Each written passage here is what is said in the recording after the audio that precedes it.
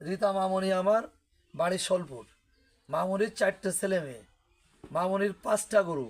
এই গরুর সমস্ত গোবরটা অত্যন্ত কষ্ট করে এই আপনারা দেখছেন সংগ্রহ করছে, সংগ্রহ করে রেখে সে বড়ে বানায়।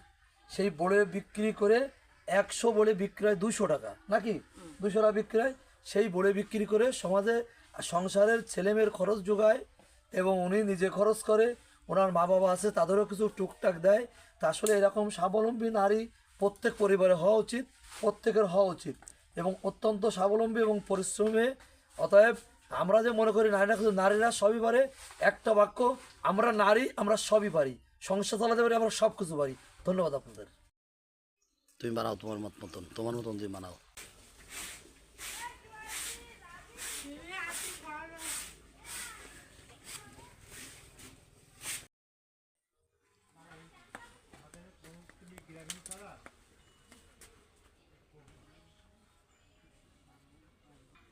মহিলাকে আপনি বিড়াল ইয়ে রাখবে বানাতে রাখবে